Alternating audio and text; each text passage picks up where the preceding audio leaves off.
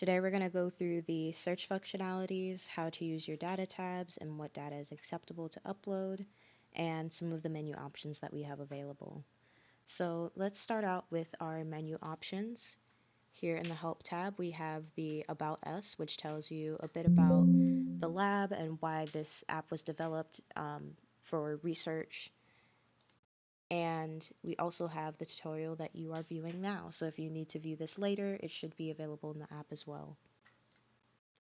We go over to our View tab, we have dark mode, which you can enable and disable as you like. And we also have font size, which you can change. You can make it larger or smaller. It is at your discretion, but it will tell you after you enable it which font size you have. Alright, so moving on to our data. With our data tabs, we have feature counts, metadata, and data summary. To be able to completely use search functionality, you're going to want to upload a file from each of these data types to be able to use it with its full capacity. So starting out with feature counts, also you have the option to upload these files individually. You can also upload them in a batch if you have them all in a folder together. So let's go through opening them individually. We'll just use our feature counts as an example since the functionality across the tabs, since the functionality goes across all of these tabs. So using our feature counts, we will open this file that I have with all of my data types together.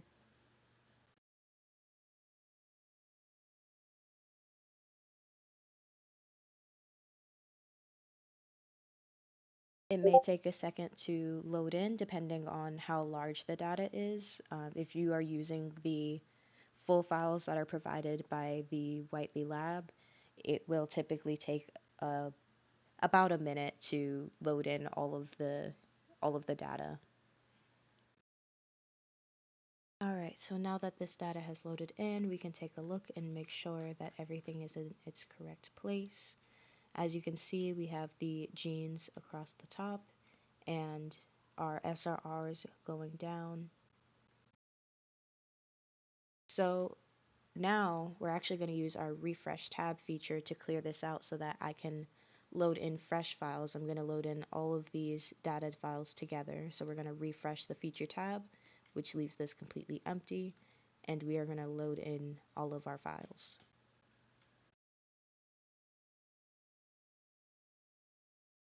So in my large data demo file, there is all of the data. You can't see it currently because it is set to only open folders. So what we're going to do is we're going to select the folder. We're not going to go in and select the individual data files. Instead, we're going to select the folder that they are living in. And when we do that, the app will read through all that is stored in there, and it will decide what goes in feature counts and metadata and data summary.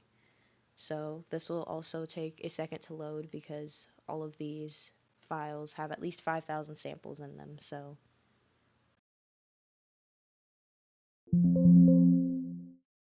alright, so when your files are done uploading, you should get this notification that says all files loaded successfully.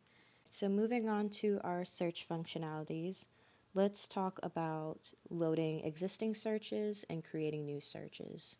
So to create a new search, let's say that you want to look at specific samples or projects that are from a specific center. So we can look for, also we can expand our windows as well so that we're able to see full results. So let's see samples from this specific center.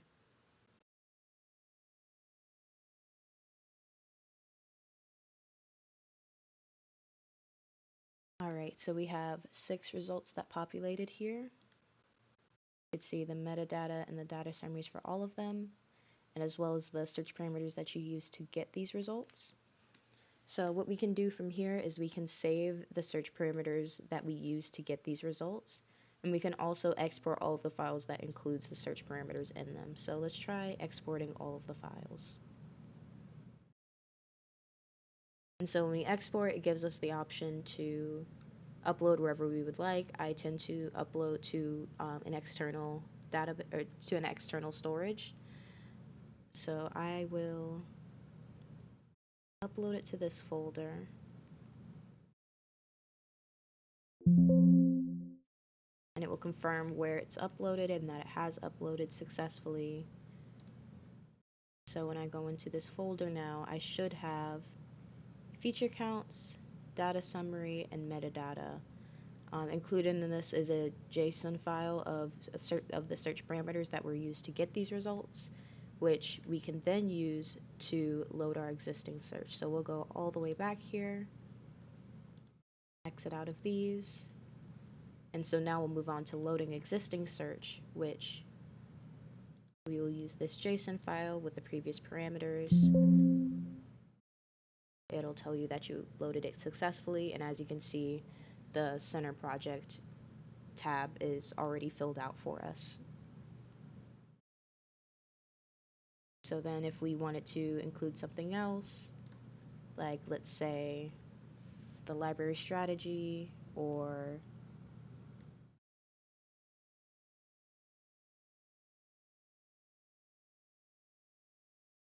let's do paired. See if we can get some results. So no results for that one. This is already a pretty narrow search, but let's just search again. And as you can see, it repopulates.